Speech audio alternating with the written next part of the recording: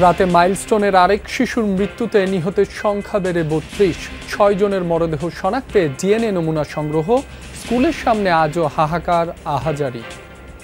এই কলেজের উপর থেকে সব ধরনের প্লেন নো ফ্লাইং জোন ঘোষণা করা উচিত আমাদের সবার শিক্ষার্থীদের নিরাপত্তার স্বার্থে। তার ফ্রেন্ডদের এরকমের দেখছে, ছোট ভাই বোনদের এরকমের দেখছে, এগুলি দেখে সে কি করে আবার স্কুলগামী যে আবার হবে। দুদিন স্থগিতের পর আজ চাঁদপুরে শুরু এনসিপির কর্মসূচি। মাইলস্টোন স্কুলের বিমান দুর্ঘটনায় নিহতদের স্মরণে হবে শোকযাত্রা। ২৪ জুলাইও দেশ জুড়ে চলে গণগ্রেফতার। কোটা সংস্কারের প্রজ্ঞাপন জারি হলেও হত্যাযজ্ঞের বিচার দাবিতে অটল ছিল আন্দোলনকারীরা।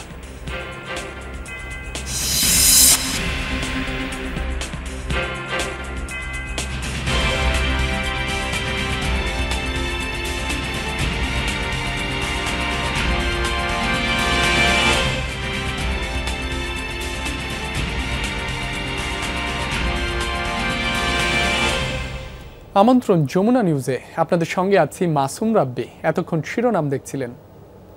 রাজধানীর উত্তরার মাইলস্টোন স্কুল অ্যান্ড কলেজে বিমান বাহিনীর যুদ্ধ বিমান বিধ্বস্তের ঘটনায় নিহতের সংখ্যা বেড়ে ৩২ হয়েছে। এখনও সিএমএইচ মর্গে রাখা ৬ মরদেহের পরিচয় শনাক্ত করা সম্ভব হয়নি। স্বাস্থ্য মন্ত্রণালয়ের বিশেষজ্ঞদের তত্ত্বাবধানে ডিএনএ অ্যানালাইসিসের জন্য নমুনা সংগ্রহ করা হয়েছে, পাঠানো হয়েছে সিআইডি ল্যাবরেটরিতে। দগ্ধ অবস্থায় যারা বিভিন্ন হাসপাতালে চিকিৎসাধীন তাদের অনেকের অবস্থা সংকটাপন্ন। আহতদের সহায়তা দিতে ঢাকায় আসা সিঙ্গাপুরের বিশেষজ্ঞ চিকিৎসক দল 11টায় যাবেন বার্ন ইনস্টিটিউটে। এ ঘটনায় আহত, নিহত, নিখোঁজ শিক্ষার্থী এবং অন্যান্যদের প্রকৃত সংখ্যা নির্ণয় করে ঠিকানা সহ তালিকা প্রস্তুতে 7 সদস্যের তদন্ত কমিটি গঠন করেছে মাইলস্টোন স্কুল অ্যান্ড কলেজ। আগামী 3 কর্মদিবসের মধ্যে প্রতিবেদন দেবে এ কমিটি।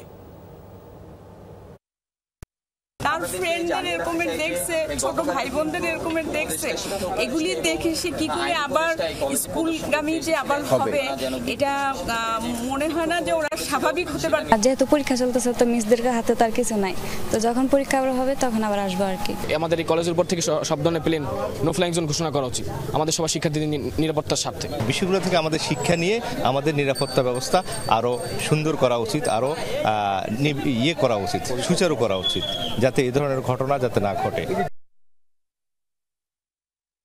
বার্ন ইনস্টিটিউট থেকে সবশেষ তথ্য জানবো। যোগ দিচ্ছেন সহকর্মী লামিয়া তিথি। 11টা নাগাদ তো সিঙ্গাপুরের বিশেষজ্ঞ চিকিৎসক দলের বার্ন ইনস্টিটিউটে যাওয়ার কথা রয়েছে। সে বিষয়ে কি তথ্য রয়েছে আর সার্বিক পরিস্থিতি আমাদের জানাবেন।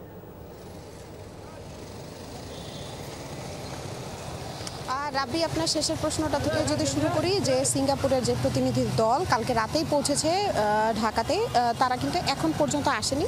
আশা করা হচ্ছে যে 11টা থেকে 11:30টার মধ্যে যে কোনো সময় তারা পৌঁছাবেন এবং এখানে বার্ন ইউনিটে ভর্তি যে 43 জন রয়েছে তাদেরকে দগ্ধ অবস্থায় তাদের ট্রিটমেন্টের জন্য কি কি প্রয়োজনীয় পদক্ষেপ সেগুলো তারা নেবেন। একই সাথে ঢাকার যে আরও 8টি যেই হাসপাতাল রয়েছে সেই হাসপাতালগুলোতেও কিন্তু তারা যাবেন এবং এক এক করে শিশুদের দেখবেন এবং দগ্ধদের দেখবেন এবং দেখার পরে যেরকম ট্রিটমেন্ট দেওয়ার প্রয়োজন মনে করেন তারা কিন্তু সেই ট্রিটমেন্ট দিবেন। আরেকটি তথ্য যদি যুক্ত করতে চাই, সেটি হচ্ছে ভারত থেকেও কিন্তু একটি যেই মেডিকেল টিম তারাও কিন্তু আসবেন এবং আসার পরে কিন্তু তারাও এই যেই দগ্ধতা রয়েছে তাদের কী ধরনের চিকিৎসা দেওয়া যায় সেটি নিয়েও কিন্তু তারা আলোচনা করবেন। বলতে গেলে যে দেশে যাদের চিকিৎসা সম্ভব হবে না তাদের কিন্তু বিদেশে নিয়ে যাওয়ার জন্য ব্যবস্থা করা হবে। একই সাথে যদি বলি যে গতকাল রাতেই কিন্তু নাফি নামে 9 বছরের এক শিক্ষার্থী, যে কিনা মাইলস্টোন স্কুলের শিক্ষার্থী ছিল, সে কিন্তু রাত 12:15 শেষ নিঃশ্বাস ত্যাগ করেছে এই বার্ন ইনস্টিটিউটে। এরপরে কিন্তু এখন পর্যন্ত সরকারি তালিকা অনুযায়ী কিন্তু 32 জনের মরদেহ 32 জন কিন্তু মারা গেছেন। আর ইতিমধ্যে কিন্তু বার্ন ইউনিটে এখনও ভর্তি রয়েছে 43 জন, আর সব মিলিয়ে কিন্তু 164 65 জনের মতো ভর্তি রয়েছে যারা কিনা চিকিৎসাধীন। এছাড়াও কিন্তু স্বাস্থ্য অধিদপ্তর কিন্তু আমাদেরকে জানিয়েছে যে যেই 6 জনের লাশ শনাক্ত করা যায়নি তাদের কিন্তু ডিএনএ টেস্ট অলরেডি নেওয়া হয়েছে এবং এই ডিএনএ টেস্টের মাধ্যমে কিন্তু তারা শনাক্ত করার জন্য যেই যাদের পরিবারের সদস্যরা মিসিং আছে তাদের কিন্তু ডিএনএ এসে দেওয়ার স্যাম্পল দেওয়ার অনুরোধও জানাচ্ছেন যাতে এই 6 জনের পরিবার যেন শনাক্ত করা যায়। রাব্বি। তিথি, আপনাকে ধন্যবাদ। উত্তরা মাইলস্টোন স্কুলে বিমান বিধ্বস্তে নিহতদের পরিবারের সাথে সাক্ষাৎ করবেন বাংলাদেশ জামায়াতে ইসলামীর নায়েবে আমির অধ্যাপক মুজিবুর রহমান ও মহানগর নেতৃবৃন্দ। তুরাগের নয়ানগর থেকে সে বিষয়ে সরাসরি যুক্ত হব, জানবো সেখানকার পরিস্থিতি। সরাসরি যাচ্ছি সেখানে।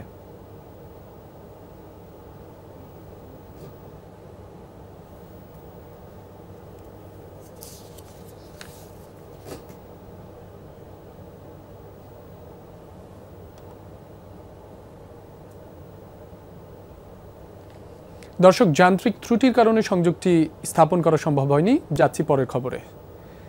রাজধানীতে বিমান বিধ্বস্তে হতাহতের ঘটনায় রাষ্ট্রীয় শোক পালন শেষে আজ থেকে আবার শুরু হয়েছে জাতীয় নাগরিক পার্টি এনসিপি জুলাই পদযাত্রা। চাঁদপুর সার্কিট হাউসে শহীদ পরিবারের সদস্যদের সাথে সৌজন্য সাক্ষাৎ করেছেন কেন্দ্রীয় নেতারা। এরপর মাইলস্টোন ট্র্যাজেডির ঘটনায় বের করা হবে শোকযাত্রা। পানি উন্নয়ন বোর্ডের সামনে থেকে শুরু হয়ে শোকযাত্রা শেষ হবে বাস স্ট্যান্ডে গিয়ে। সেখানে পথসভায় বক্তব্য দেবেন কেন্দ্রীয় নেতৃবৃন্দ। পরে হাজীগঞ্জে শহীদ আজাদ চত্বর উদ্বোধন করবেন। এরপর শহরাস্তির দোয়াভাঙ্গায় হবে পদযাত্রা। চাঁদপুরে কর্মসূচি শেষে এনসিপি জুলাই পদযাত্রার গাড়িবহর রওনা হবে কুমিল্লার উদ্দেশ্যে। সেখানে বিভিন্ন কর্মসূচিতে অংশ নেবেন কেন্দ্রীয় নেতারা।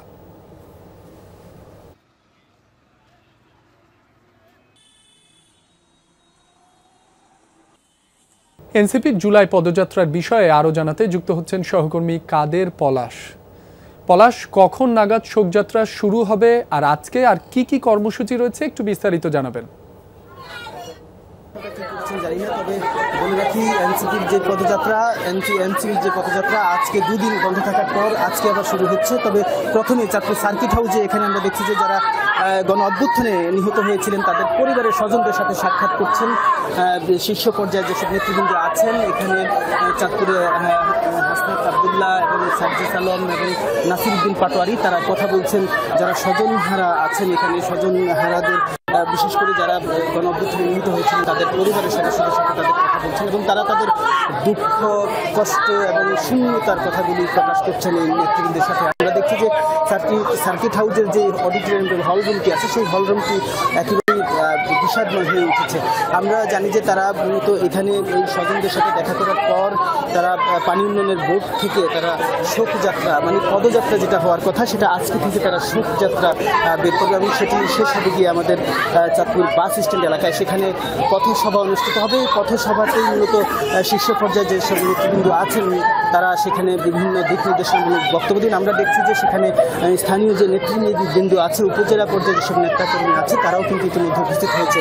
তো এরপরে চলে যাবে হাজীগঞ্জে, সেখানে আজাদ স্মরণে একটা উদ্বোধন করা হবে সেখানে স্মৃতিস্তম্ভ। এরপরে দোয়াভাঙ্গা চলে যাবে, সেখানে একটি পথসভা হবে। তারপর কুমিল্লার উদ্দেশ্যে চলে যাবে। তবে গতকালকে থেকেই এখানে এই এনসিপির নেতৃবৃন্দ অবস্থান করছেন। আমরা নেতৃবৃন্দের সাথে কথা বলছি। আসলে গত 2 দিন যে বন্ধ ছিল সেখানে মূলত যে ঢাকায় যে ট্র্যাজেডি বিমান দুর্ঘটনা সেই দুর্ঘটনার পরেই 2 দিন বন্ধ ছিল। সেই উত্তরা মাইলস্টোন স্কুলে বিমান বিধ্বস্তে নিহতদের পরিবারের সাথে সাক্ষাৎ করবেন বাংলাদেশ জামায়াতে ইসলামীর নায়েবে আমির অধ্যাপক মুজিবুর রহমান ও মহানগর নেতৃবৃন্দ। এরই মধ্যে সাক্ষাৎ শুরু হয়েছে, আমরা সরাসরি যাচ্ছি সেখানে।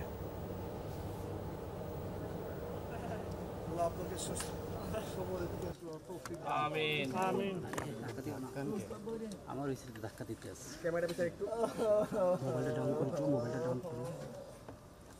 একটু ডাউন করে তবে আপনাকে সবর করলে আল্লাহ তাআলা আপনাকে উত্তম পুরুষ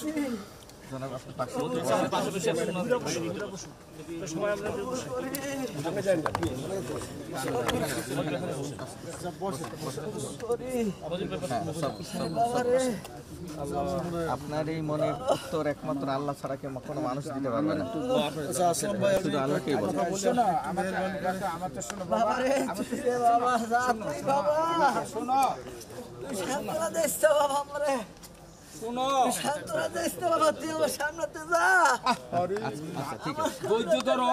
তোমার এরকম কথা কইলে তুই ধৈর্য ধরো।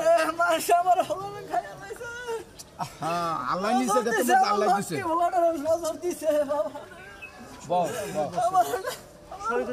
আল্লাহ দিছে তোমার, আল্লাহ নিছে গা।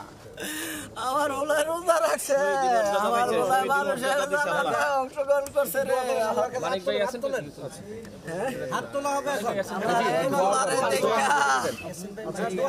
আমার এই ফোলারে দেখে মানুষে হিংসা করছে, মানুষের নজর দিছে আমার ফোলারে, নজর দিয়া সবাই দুনিয়ার সবাই সত্য। আপনারা আমার প্রত্যেকে, আপনারা আমার ইন্টারভিউ নিতে আইছেন। মাইলস্টোন ট্র্যাজেডিতে নিহত পরিবারের সাথে সাক্ষাৎ করছিলেন জামায়াতের নেতারা, সরাসরি যুক্ত ছিলেন সেখানে। 23 জুলাই 2024 সারা দেশে চলতে থাকে গ্রেফতারের মহাযজ্ঞ আর ক্ষমতাসীনদের হুঙ্কার। আপিল বিভাগের রায় মেনে কোটা সংস্কার করে প্রজ্ঞাপন জারি করে আওয়ামী লীগ সরকার। ততদিনে জল গড়িয়েছে অনেকটা। এত রক্ত ঝরার পর কেবল একটি প্রজ্ঞাপনে ঘরে ফিরে যাবেন না আন্দোলনকারীরা, স্পষ্ট জানিয়ে দেন সমন্বয়করা। আর কি কি ঘটেছিল 24-এর এই দিনে জানাচ্ছেন সুমাইয়া ঐশী। কারফিউ বলবৎ, রাস্তায় কেবল শুরু হয়েছে ব্যস্ততা। মোড়ে মোড়ে সেনাবাহিনী আর আইনশৃঙ্খলা বাহিনীর চেকপোস্ট, টহল। 93% মেধা আর 7% কোটা রেখে প্রজ্ঞাপন প্রকাশ করে জনপ্রশাসন মন্ত্রণালয়। জানানো হয় এখন থেকে চাকরির সব পরীক্ষা ও সকল গ্রেডে এই প্রজ্ঞাপন কার্যকর হবে। থাকবে না মুক্তিযোদ্ধাদের নাতিপুতি, নারী ও জেলা কোটা। সকল ছাত্রছাত্রীদের সুরক্ষা ও নিরাপত্তার পরিবেশ সরকার তৈরি করবে। কিন্তু কথা রাখেনি তারা। রাতের আধারে চলতে থাকে ছাত্রদের গণগ্রেফতার। 4 দিনে সারা দেশে গ্রেফতার করা হয় কয়েক হাজার আন্দোলনকারীকে।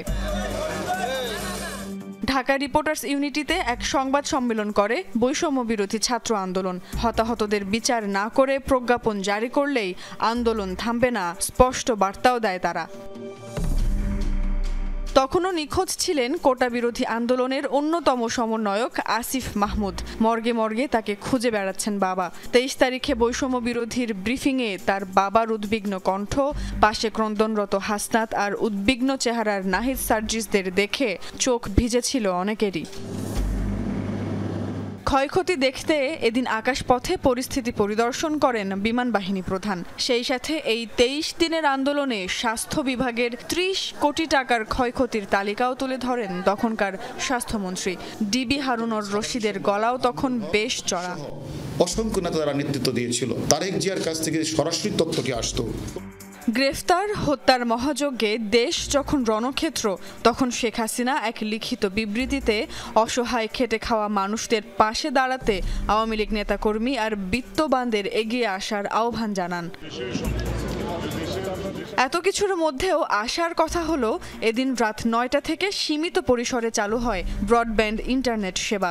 ইন্টারনেট চালুর পর ভয়াবহতার চিত্র আরও স্পষ্ট হয়ে ওঠে, বাড়তে থাকে ক্ষোভের আগুন।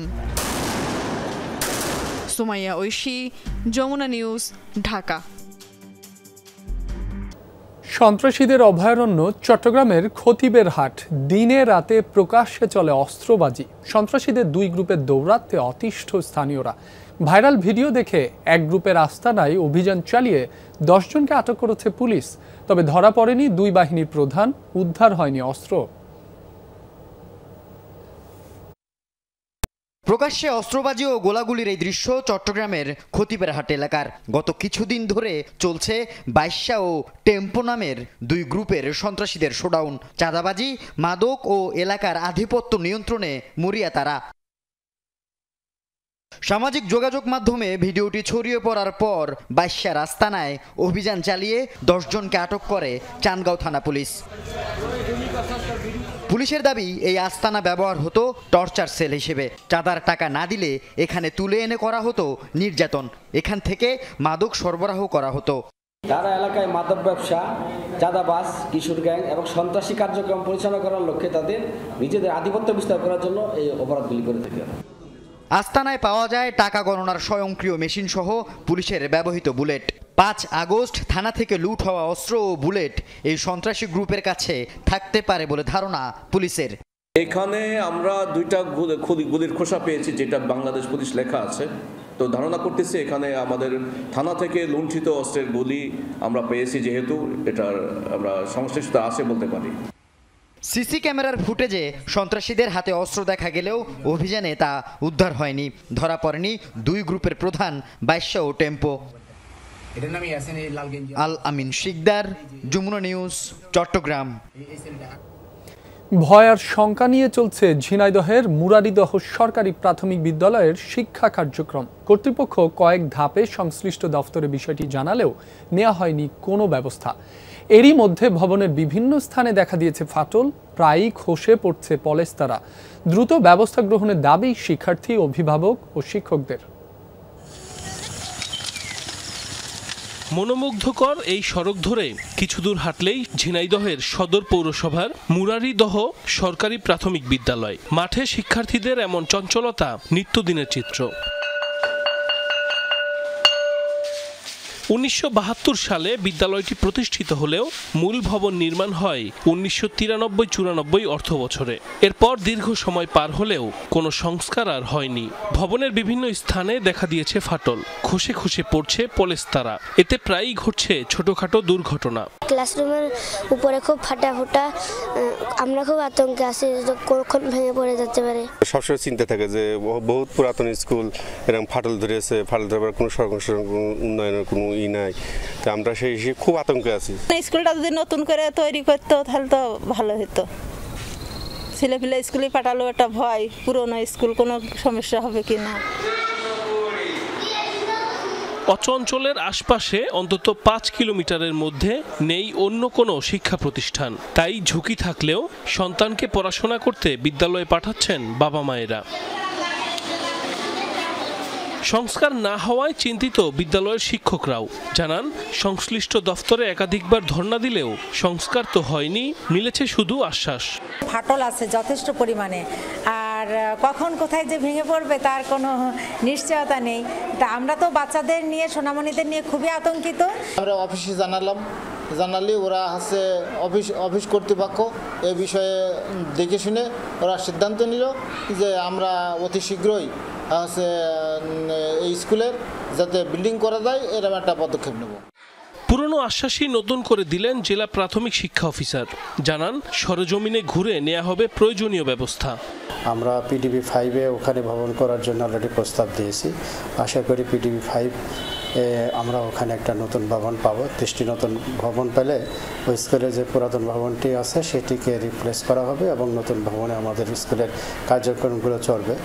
বর্তমানে 5 জন শিক্ষক ও 3 শতাধিক ছাত্রছাত্রী নিয়ে বিদ্যালয়ের ঝুঁকিপূর্ণ ভবনেই চলছে শিক্ষা কার্যক্রম। সাইফ আহমেদ, যমুনা নিউজ। নাটোরের বড়াই গ্রামে ট্রাক মাইক্রোবাস সংঘর্ষে প্রাণ গেছে 5 জনের, আহত হয়েছেন 3 জন। সকাল 10টার দিকে বনপাড়া হাটিকুমরু মহাসড়কের আড়াইমারি ব্রিজ এলাকায় এ ঘটনা হয়। হাইওয়ে পুলিশ জানায়, ঢাকামুখী মাইক্রোবাসটির সাথে রাজশাহীগামী ট্রাকের মুখোমুখি সংঘর্ষ হয়। এতে ঘটনাস্থলেই মারা যান 5 জন। নিহতদের পরিচয় এখনো নিশ্চিত হওয়া যায়নি। আহতদের বড়াইগ্রাম উপজেলা স্বাস্থ্য কমপ্লেক্সে নেওয়া হয়েছে। ঘটনাস্থলে উদ্ধার কাজ করছে ফায়ার সার্ভিস ও পুলিশ।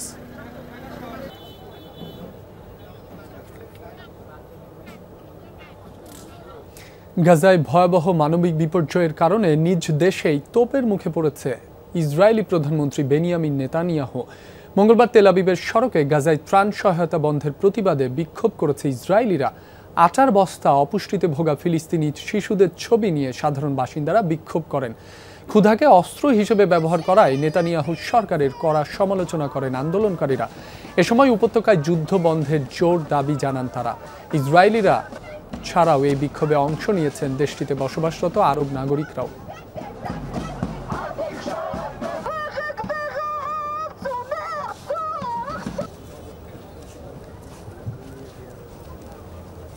ফিলিস্তিনপন্থীদের তোপের মুখে বন্দর ছাড়তে হলো ইসরায়েলি জাহাজকে। গ্রিসে ঘটল এমন ঘটনা। মঙ্গলবার দেশটির সাইরস দ্বীপে নোঙর করার সময় বাধার মুখে পড়ে ক্রাউন আইরিস নামের ইসরায়েলি এক ক্রুজ শিপ। সে সময় বন্দরটির আশেপাশে বিক্ষোভ করছিল ফিলিস্তিনপন্থীরা।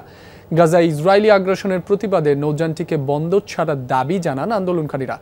এক পর্যায়ে বাধ্য হয়েই ফিরে যাওয়ার সিদ্ধান্ত নেয় জাহাজটি। পুনরায় সাইপ্রাসের উদ্দেশ্যে যাত্রা শুরু করে ক্রুজ শিপটি। এতে ১৫০০-এরও বেশি যাত্রী ছিলেন।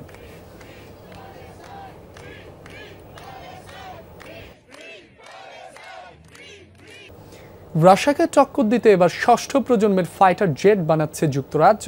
লন্ডন থেকে অনায়াসেই যা আঘাত হানতে পারবে মস্কোতে। বহুল আলোচিত যুদ্ধবিমান ইউরোফাইটার টাইফুনের বদলি হিসেবে রয়্যাল এয়ারফোর্সে জায়গা করে নিচ্ছে দ্য টেম্পেস্ট। বাস্তবে রূপ নিলে যেটি চিন্তার বড় কারণ হয়ে দাঁড়াতে পারে ভ্লাদিমির পুতিনের জন্য। নামের আগে 6 জেনারেশনের তকমা, বৈশিষ্ট্যেও ছাড়িয়ে যাবে ৮-১০টা ফাইটার জেটকে। রাশিয়াকে নজরে রেখে রয়্যাল এয়ারফোর্সের জন্য এবার এমনই এক ফ্ল্যাগশিপ ফাইটার প্রযুক্তিতে ঝুঁকেছে যুক্তরাজ্য। রাজকীয় এই উড়ান যন্ত্রের নাম দি টেম্পেস্ট। নাম আর নামের শুরুতে থাকা বিশেষণের কারণে এরই মধ্যে খবরের শিরোনাম হয়েছে টেম্পেস্ট। কেনই বা রাশিয়ার জন্য চিন্তার কারণ হয়ে উঠতে পারে যুদ্ধবিমানটি, তা নিয়ে চলছে চুলচেরা বিশ্লেষণ। বিশালত্বেই বিশেষত্ব, ঠিক এই কথারই প্রমাণ মিলবে নতুন ব্রিটিশ ফাইটার জেটে। বড় ফাইটার জেট মানেই আরও বড় ফুয়েল ট্যাঙ্ক, যার অর্থ বেশি দূরে যাওয়ার সক্ষমতা।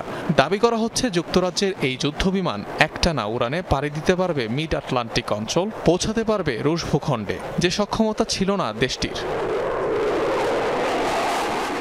মার্কিন F-35 যুদ্ধবিমানের চেয়েও দ্বিগুণ বিস্ফোরক বহনে সক্ষম হবে দি টেম্পেস্ট। ১৯ মিটার দৈর্ঘ্যের আকাশযানটিতে থাকবে সর্বাধুনিক ও সবশেষ প্রযুক্তি, যার সাহায্যে মাটিতে কিংবা আকাশে থাকা আকাশযান অথবা ড্রোনের সাথেও করা যাবে সংযোগ স্থাপন। অবলীলায় ফাঁকি দেয়া যাবে রাডারের চোখ। যুক্তরাজ্য, ইটালি ও জাপানের সমন্বয়ে বানানো হচ্ছে যুদ্ধযানটি। ২০৩৫ সাল নাগাদ যা ব্রিটিশ রয়্যাল এয়ারফোর্স সহ মিত্রবাহিনীর বহরে যুক্ত হবে। ইউরোফাইটার টাইফুনের রিপ্লেসমেন্ট হিসাবে সমর ভান্ডারে নাম লেখাবে দি টেম্পেস্ট। অনিক রহমান, যমুনা নিউজ।